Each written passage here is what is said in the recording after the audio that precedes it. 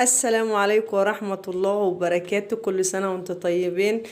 النهاردة ان شاء الله هعمل معاكم الكباب الكفتة، الكباب الفلاحي بتاعنا ده. اول حاجة ده رز ابيض، انا غسلته كويس ونشفته شوية وحطيت عليه فريك. انا عاملة معاكم دلوقتي يعني قولي 3 كيلو رز غسلتهم، ومعاكي ايه، حطيت على 3 كيلو رز يعني حوالي كيلو فريك. ماشي. طبعا لو انت عايزه تعمليه بس بفريك ولحمه وخضره ماشي، مش عايزه حط رز بس. ما حاولي ما تكتريش الفريك عشان الكفته بتاعتك ما تفكش منك. ده اول حاجه. البهارات معايا اللي هي البهارات بتاعتي، الكمون والفلفل، بهارات لحمه، بصل وتوم وملح ابيض. هننزل ده كله كده. ومعايا بصل توم كبار. طبعا انا الكفته بتاعتي دي انا هعملها عند المفرمه الكهربائيه الكبيره، فعشان كده انا مقطعه المكعبات بتاعتي او الحتت بتاعتي كبيره، يعني مش هتعب ايديا يعني. ماشي. ومعايا دلوقتي دي انواع الخضره. ما تقولوش انت ليه مكبره الخضره، ده انا زي ما قلت لكم اللي انا هفرمها في المفرمه الكهربائيه كبيره، يعني هعملها هوريها لكم ان شاء الله. طبعا دي شبت وبقدونس وكزبره وتوم اخضر. هنزل بده كله. ماشي. كل حاجة بتتحط. ماشي. ده حاجته كلها. طبعا هو كله هيتقلب. هجيب اللحمة بتاعتي برضو. بصوا حبايبي، لو كنت الأول مرة تشوفيني ما تنسيش بقى تشتركي في القناة وتفعلي زر الجرس عشان يوصلكوا كل جديد. الكباب ده احنا بنحبه جدا جدا، وهي حاجة بتبقى طعمها حلو قوي. اللحمة بتاعتي انا هحط ده كيلو ونص لحمه، غسلتها كويس وحطيتها في مصفى عشان تصفى. انا الحاجات دي لازم، اهم حاجه تغسليها بخل وليمون. هي لحمه من العلاقه وكل حاجه، بس لازم تغسليها بخل. فانا غسلتها وقطعتها بالشكل ده اللي انتوا شايفينه ده. لو هي برضو زي ما قلت لكم، لو كنت انا هعملها في المكنه بتاعتنا او المفرمه بتاعتنا اليدويه، كنت صغرت كل حاجه، يعني خليت الحتت صغيره عشان ما تتعبناش يعني وكده. فلازم كل حاجه من دي تتقلب. ولازم انا هحط له ميه برضو على الموضوع عند بتاع المفرمه.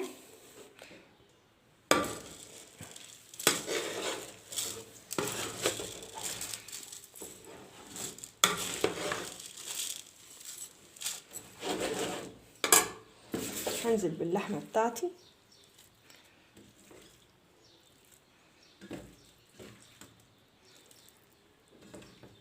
لو انت عايزه تعملي زي ما قلت لك قبل كده، لو عايزه تعملي بس كفته بفريك وخضره واللحمه برضو، ده حاجه تانية خالص، ده حاجه اختياريه، بس احنا بنحب ده الصراحه. وهوريهولكوا بعد ما يتفرم، وهوريكم انا برضو بفرمه. الخضره بقى حلاوتها دلوقتي الخضره حلوه فلاحي، والثوم الاخضر كله فلاح بقى ما شاء الله اليومين دول اهوت. انا غسلاه اصلا وهاخده برضو افرمه، يعني باخد الثوم الاخضر افرمه كده وبعينه في الفريزر، بيبقى جميل جدا. وبيبقى تطلعيه كده لو عينتيه في براطيم في علب تلاجة اي حاجه بيطلع منك، بيبقى جميل جدا. انا حاليا دلوقتي انا خلصت الخلطه بتاعتي. هحط عليها كوبايتين ميه دلوقتي، وبعدين هروح دلوقتي عند اللي هي المكنه بالكهرباء، هعمله هناك وهوريه لكم وانا بعمل ان شاء الله. استنوني. بصوا حبايبي، اللهم صل على النبي، اللهم صل وبارك يا حبيبي يا رسول الله. دي الكفته بتاعتي بعد ما عملتها وبعد ما اتعمل. بس بعتذر لكم جدا، كنت نفسي اوريكم وانا بفرمها، بس انا رحت لقيت صاحبه المكنه مش موجوده، فانا سبتها عندها وقلت لهم لما تيجي تشتغلوا وخلاص اعملوها ليا. فرمت معاهم توم اخضر وفرمت لحمه برضك. فهي الكباب ده بتاعي ماشي. فانا ببقى اعمله كده، يعني مش بكبر الحته الكوره بتاعتي، يعني بتبقى بالشكل ده، بعينها في الفريزر الحجم اللي انت عايزاه. ماشي كده، شايفين ناعمه اهي. فانا اصلا هكبب معاكم حته، احنا ما بنعملها صغيره كده بالشكل ده. انا هعمله معاكم، بس الاول هاخد حته كده عشان اعملها. طبعا الكباب ده في لو انت عايزه تعمليه ببيض، يعني تعملوه بطين وتحمريه، ما فيش فيه اي حاجه، بيبقى طعمه جميل. عايزه تعمليه برضو بتقليه، تسبكيله يعني زي البطاطس كده او اي حاجه بطبيخ، اعملي له. عايزه تعملوه بشوربه، احنا بنعمله دايما بشوربه. فانا هحاول على قد ما اقدر النهارده ان شاء الله. لسه ما عرفتش هعمله بايه، بس انا زي ما قلت لكم تيجي تاكليه بقى بتلاقي طعمه حلو قوي كده. هو كده ناعم يعني، فرمه حلو اهوت. كوره على قد ما انت قادره، تقول عليه كباب فلاحي او كفته اللي انت عايزاه. الخضره بتخليه بالشكل الجميل ده. بس لو عجبكم الفيديو ما تنسوش اللايك والاشتراك وتفعيل الجرس. انا هسيب ده بقى دلوقتي. بصوا انا هعمله معاكم. لو جيتوا بعد كده لقيتوا الكفته بتاعتك خشنه، اعمليها بزيت، خليها تتبرم معاكي بزيت. لازم تعمليها جامد كده عشان ما تفكش منك في الشوربه او في الطبيخ. اعملي الحجم اللي انت محتاجاه، بس احنا بنعمله كده كده بالشكل ده. وبعد ما بلفه كده لازم اسيبه شويه في التلاجة عشان يمسك، لو كان هيفك منك، بس هو عادي يعني. لو انت مستعجله عليه حطيه عادي على طول كده. ولو عينتيه في الفريزر وطلعتيه ما بيجرالوش اي حاجه خالص خالص.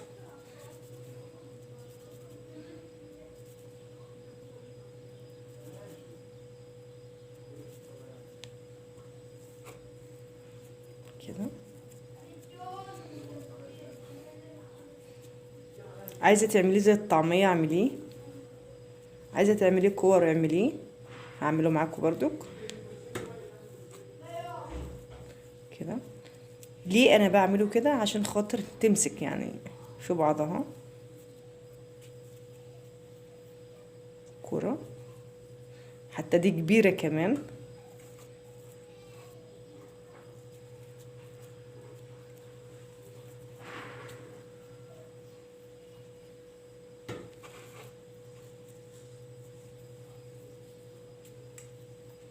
كده.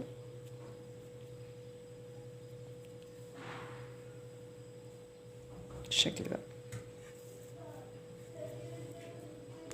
بصوا حبايبي، انا كده اول حاجه انا عملت الكباب بتاعي.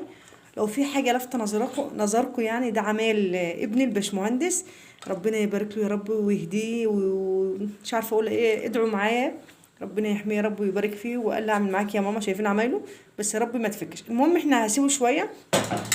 فانا طبعا هعمله في شوربه. يعني في ايه؟ في شوربه يعني. انا هعمله في ميه، هسلقه الاول عشان انا هعمله هحمره بالبيض. فقلت بدال ما اعمله في ميه بيضه، فقلت احط حتتين لحمه اللي هي بواقي اللحمه مطرح الكفته بتاعتي اللي هي هوريها لكم دلوقتي. فانا حطيت دلوقتي الميه بتاعتي تغلي، حطيت فيها كزبره وفلفل اسمر وكمون وفلفل فلفل اخضر وشبت وكزبره وورق لورا. رورة ولا رورة، المهم هي. وبعدين حطيت بصلايه وهنزل على طول باللحمه بتاعتي بعد ما سبتها. بصوا دوت اول حاجه، البواقي اللي الباقيه من اللحمه بتاعتي انا ما ينفعش تتحط في المكنه، عشان لو اتحطت في المكنه دي طماطم مطرح الغسيل يعني. لو اتحطت في المكنه ديت المكنه هتبوظ، فانا بسيبها اهي. فانا هحطها دلوقتي معاكم في الشوربه في الميه بتاعتي. بعد ما تستوي شويه كده انزل عليها بالكفته بتاعتي بقى تتسلق. انزل كده باللحمه بتاعتي تتسلق شويه، وبعدين اسلق الكفته بتاعتي على ما اجهز لها البيض بتاعها. بصوا حبايبي كده الكباب بتاعي بعد ما اتسلق سلقته في الشوربه. وده انا نزلت هنا بمعلقتين دقيق، معايا عود كزبره على بقدونس على شبت، وده بطين، رشه ملح بيضه، رشه فلفل اسمر، رشه كمون. هنزل على طول بالبيض بتاعي ماشي. حوش المعلقه. طبعا انت بتدوبيه كله في بعضه، تقلبي الخليط ده كله كده في بعضه. انا الخليط بتاعي نزلت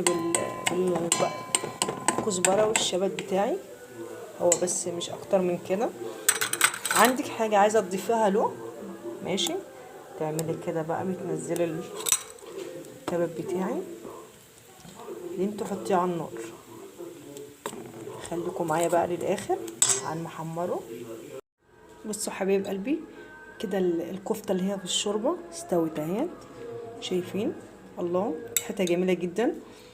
وده اللي معموله بالبيض، شايفين؟ استوت اهي برده ماشي. لو عجبكم الفيديو بقى ما تنسوش اللايك الحلو والاشتراك وتفعيل الجرس. عملت معاها بطاطس مقرمشه اهي، قولوا ايه رايكم، ابعتوا لي في الكومنتات. شايفين؟